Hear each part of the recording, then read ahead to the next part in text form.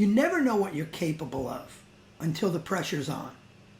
So it was freshman year of high school, and I was in a speech and debate class. It was my first chance to ever get in front of people and do any kind of formal speaking, and it scared me to death.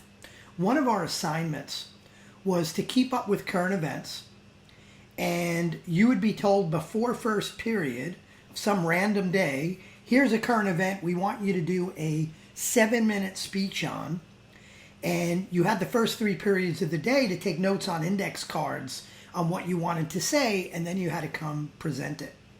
So I was told before first period that I had to talk about the war in El Salvador. This was back in 1980. So I cut my first 3 classes and read all the news weeks and took notes on a couple of index cards and everything I wanted to say, wrote out full sentences, which is a no-no, but I didn't know that back then, and then got in front of the class and proceeded to do my speech. As I started reading, the war in El Salvador started, Mr. Sadako, the teacher, with his booming voice, says, "Mr. Goldman, please stop reading from your index card." Okay, so I look up, the war in El Salvador started, and then I have to look down at my notes, and because they were full sentences, I couldn't look back up and remember where I was. He yelled at me 2 different times, and then walked up to me and took my index cards away. I stood there silent for about 10 seconds, which to me felt like 10 minutes, saying in my head, there's no way I can do 7 minutes on this. I wrote it all down, but I don't even know what I'm talking about. And after about 10 seconds of uncomfortable silence, the words just came to me.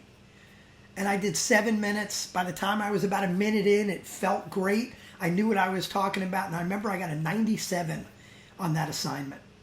And that was the moment I realized that I kind of like this public speaking thing.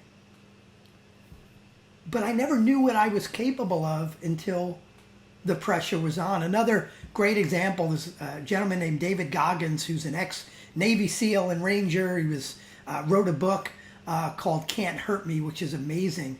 And he's got something called the 40% rule. And the 40% rule says when your mind is telling you you're done, you're really only 40% done.